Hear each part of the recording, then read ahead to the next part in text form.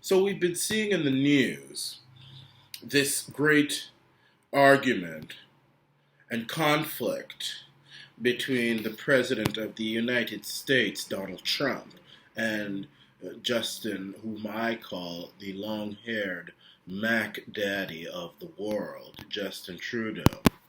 And we see this, and the base of it is trade. And I actually agree with my country's stance on trade. I agree with there are a few things that I feel must be protected, and farming is one of them. I like to eat things that come from Canadian farms. I like to drink things that come from Canadian cows, hormone free, for the most part, fluoride free for the most part, even though it's not fully, and that other globalist poison that people like to put in food and drinks that for the most part we try to avoid, even though we are bringing it back slowly. But there's a much larger issue that we're seeing between this fight between the US and Canada. The fact of the matter is, Canada is not respected in the world anymore. There are no great countries that respect Canada anymore. America despises Canada now. China despises and loathes the Canadian. India loathes the Canadian. We saw that on the Mac Daddy's recent trip to India.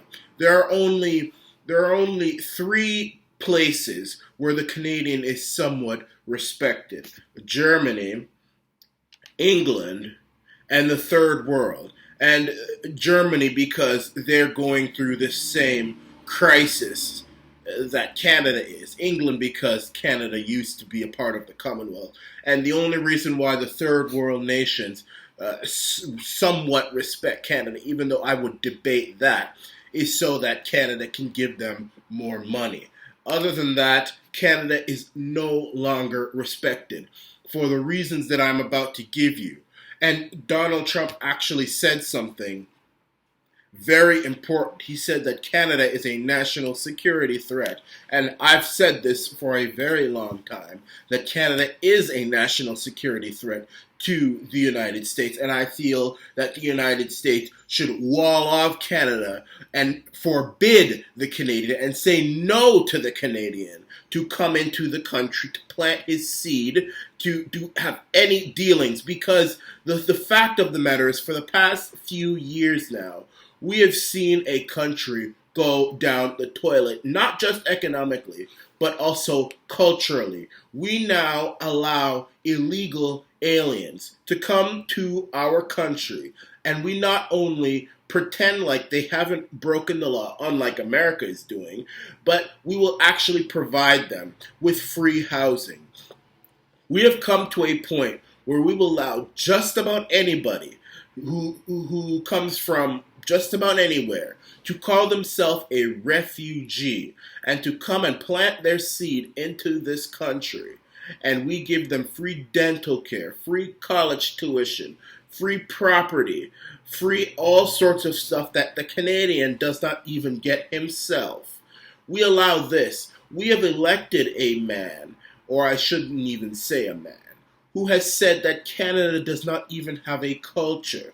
This is the type of thing that other countries hate about Canada. And countries all over the world are beginning to shut their doors to the Canadian and to say no to the Canadian and to say, get lost, we want nothing to do with you. And America in particular, we have actually had a government, and I mentioned this last year, which has allowed knives on all domestic and most international flights in Canada.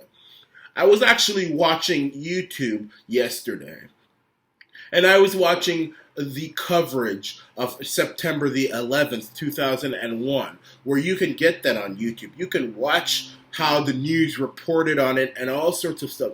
I remember September 11th. I was actually in grade 3 when that happened. I remember the chaos. I remember the pandemonium. I was living in Nova Scotia at the time.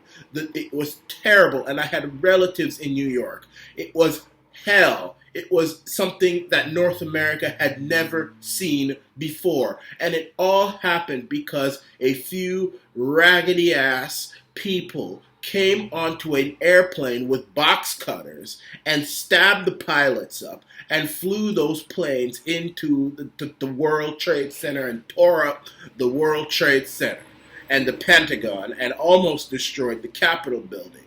This is what, and now we're allowing knives. America is seeing this, and they're saying to themselves, this is a grave national security threat. We have elected somebody who is mentally handicapped in this country who can actually cause something very, very serious to happen to the United States. And I think Trump should go further. Now, we're all saying that this is all just because of trade, but I'm saying this whole fight is not just because of trade. Because when I hear Donald Trump speak, and I'm not necessarily saying that I am on Donald Trump's side 100% on this issue. I actually agree with protecting our dairy and all sorts of stuff. I think what Trump should have done was put a tariff on his dairy and his farming and make it reciprocal. He went ahead and put tariffs on steel and all sorts of stuff, which is just completely disgusting. I don't agree with that. I mean, you got a lot of Yankee Canucks out there who will agree with this and all sorts of... I mean, Canadians are some of the most unpatriotic, unloyal people, and that's why we have this problem today, both on the left and the right, because I know I'm going to get people in my comments who will go start cussing saying, well, Donald Trump is doing it right. Well, you're a Yankee Canuck. That's your problem. But it's a much larger issue, and I actually respect Donald Trump, actually. I wish we had a leader who was like him. I respect him very much. Because when you hear him talk about Trudeau, you are hearing a man who is releasing 2 years of a year now, of pent-up frustration with Canada and the long-haired Mac Daddy. He would not say that Canada is a national security threat if this was just about trade. He would not say that Trudeau is meek and mild if this was just about trade. This is a much larger issue that he has kept quiet, and he's using trade to now talk about this long-haired Mac Daddy we call Justin Trudeau. He has seen this for the year he has been in office, that this guy, this long-haired Mac Daddy, is a terrible, weak, ineffective leader, and that the Canadian in general, is putting up with this. Even though, yes, we see the poll numbers going down, it's still large enough to say that we have a mental and judgmental problem in this country. We cannot think correctly. We support somebody who does all this sort of stuff. It is a national problem that we have to face. And Trump is seeing that. And as a result, he has shut his doors to the Canadian. And I think he's going to do more to the Canadian. He is going to punish the Canadian even more. And I will have to say, God bless him. Because when you see a Canadian, you gotta pity the fools. I mean, for this Mac Daddy to still be ahead in many polls, despite the fact giving billions of our tax dollars to other countries, and helping them with their infrastructure, helping them with their schools, helping them with their food crisis, billions of dollars to many countries. I have given the list publicly, allowing knives on airplanes, giving $10 million to terrorists who killed 2 soldiers, doing all this sort of stuff, allowing refugees to get free dental care, free college tuition, to allow illegal aliens to get free housing and shelter when we got a lot of Canadians dying out in the streets. You have to pity the fools that they actually allowed this and put up with this. This is the same mindset that Germany had before Adolf Hitler. And that's how Adolf Hitler could so easily manipulate the German people. And you see it happening in Germany again. And that's why Germany is the only other country that will take Canada seriously, because they're both of them are the same. 2 countries that used to be great, 2 people that used to be great, are now a bunch of losers. And it's really, really distressing. We see that. Look at India. India is an up and coming nation. I'm not a big fan of India. I'm not really. But it's an up and coming economy. And they see the Canadian and they just say, no, absolutely not. We don't want anything to do with this bad seed. And that's what's happening. And Canada and Canadians have to realize this. Instead of cussing out at America and blaming America and going on about America, even though every time you go to the border, it's only Canadians clogging it up. Instead of attacking America, you got to look at yourself and say, why is the world turning against me now? And it's true, the world is turning against you. The Chinese, the Indians, the Americans, all countries of great importance are turning against the Canadian and turning their back. You see how Trudeau is treated at summits in Italy and all sorts of stuff. They don't even want to talk to him.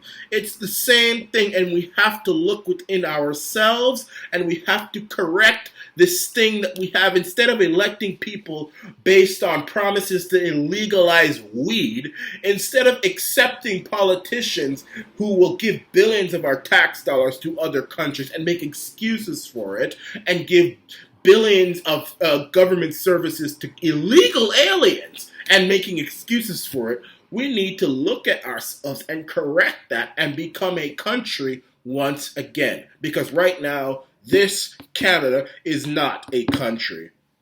And this is the Arana Nation.